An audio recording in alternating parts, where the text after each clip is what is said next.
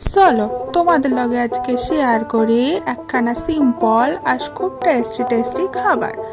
আজ না সকালবেলা থেকে উঠা মন খান ভালোই লাগছিল না, ওই কুড়েমি লাগছিল।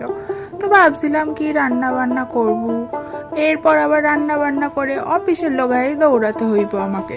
তো ভাবলাম এমন একটা রান্না করি যেটা চট জলদি হয়ে যাবে আর খেতেও বড় টেস্ট লাগবে।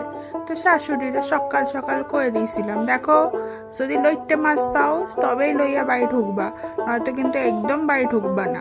তো যেমন কথা তেমন কাজ, শাশুড়ি লইয়া আসছিল লইট্টে মাছ, আর আমার বাপ লইয়া আসছিল আমার মায়ের বাপের বাড়ির থেকে বড় বড় হাঁসের ডিম। তো হাঁসের ডিম দিয়ে ভাবলাম আলু ভর্তা করি গরম গরম, উফ যা খেতে ট্যাস হয়েছিল না।